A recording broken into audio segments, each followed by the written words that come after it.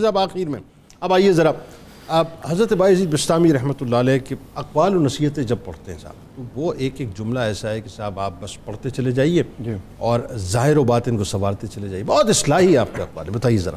جنید بھائی، ان کو اقوال زرعی کہتے ہی اسی لیے کہ سونے سے لکھے جانے. بالکل ایسا. آپ نے فرمایا انسان کو 4 چیزیں دوسروں سے بلند کرتی ہیں: علم، حلم، کرم اور خوش اخلاقی. علم ہے، اچھا اخلاق نہیں ہے تو وہ علم کوئی فائدہ نہیں دیتا. بالکل ٹھیک. حلم ہے، اچھا اخلاق ہے، کرم ہے، شفقت کرتا ہے تو یہ شے اس کو دوسروں کے اوپر ممتاز کر دیتے. پھر فرمایا کہ عمل کے بغیر جنت کی طلب کرنا یہ گناہ ہے. اس میں مشکات شریف کی ایک حدیث میں عرض کرنا چاہوں گا جو اس سے ملتی جلتی ہے، بلکہ یہ اس سے ملتی ہے کہ رسول اللہ صلی اللہ تعالیٰ علیہ وسلم نے کتاب الایمان کی حدیث مشکات کی ہے. آپ نے فرمایا جس کا عمل پیچھے کر دے کسی کو، اس کا نسب آگے نہیں کر سکتا. جس مرضی باپ کا بیٹا ہے، اگر عمل کر کے کوئی نہیں گیا تو آگے نہیں جا سکتا. آگے وہی جائے گا جس کے پاس اعمال صالحہ ہیں. تیسرے نمبر پر فرمایا کہ اگر تم خود کے بارے میں یہ خیال کرتے ہو کہ لوگ تمہیں ایسا جانیں تو فرمایا پھر اس کے لیے بہترین عمل یہ ہے کہ ویسے کام کرو. یہ نہیں ہو سکتا کہ تم کام اپنی مرضی کے کرو اور لوگوں کے بارے میں خوش اعتقادی رکھو کہ وہ تمہیں اچھا جانیں گے. اگر اچھا بننا چاہتے ہو تو اچھے کام کرو تاکہ لوگ تمہیں اچھا جانیں. پھر فرمایا اپنے اندر 3 کوالٹیاں پیدا کر لو. نمبر 1 فرمایا سخاوت کا دریا بن جاؤ، اور نمبر 2 سورج کی طرح روشنی دینے والے بن جاؤ، اور فرمایا زمین کی طرح نرم بن جاؤ کہ زمین سب کے لیے بچھی ہوئی ہے. کوئی اپنا آئے، کوئی بیگانہ آئے تم سے فیض لے کے جائے، ویسے نہ جائے. یہ وہ انتہا درجے کی بات ہے جس کو دادا صاحب رحمۃ اللہ تعالیٰ علیہ نے کشف المحجوب شریف میں بھی لکھا. پھر ایک اور بڑا آخری نقطہ جو ہمارے ملک پاکستان کی بنیاد کے اندر شامل ہے، وہ کیا؟ فرمایا اپنے مریدوں کو سمجھایا کرتے تھے اقوال زرعی میں کہ جس ملک میں عدل و انصاف نہیں ہوتا وہ اجڑ جاتا. نبی صلی اللہ تعالیٰ علیہ وسلم نے جب حضرت عثمان بن عفان کو حبشہ کی طرف بھیجا تو ایک جملہ فرمایا وہاں چلے جاؤ، ہی ارض القدس، وہ پاک سرزمین ہے. عرض کی حضور وہاں کا تو حاکم عیسائی ہے. فرمایا لیکن عدل و انصاف کرتا.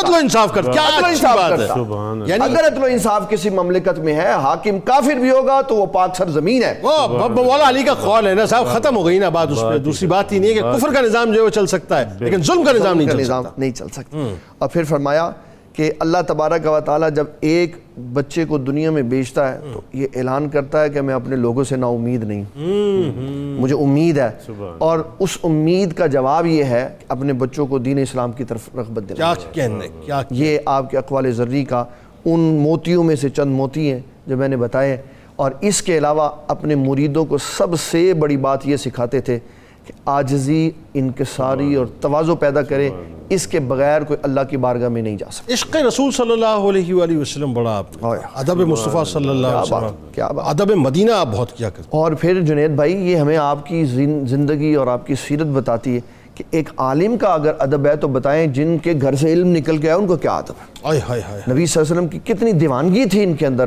آپ نے ہماتن عشق رسول، اور یہ آپ نے خطبے میں ابتدائی طور پہ بات کہی تھی کہ ایک بندے نے آ کے کہا کہ میں نے کرامت نہیں دیکھی، تو فرمایا رسول اللہ کی سنت کے خلاف کوئی کام دیکھا ہے؟ پھر ایک بلخ کا نوجوان وہ آپ کے پاس آیا، اس نے پوچھا زہد کیا؟ آپ نے فرمایا مل جائے تو اس کو اثار کر دو.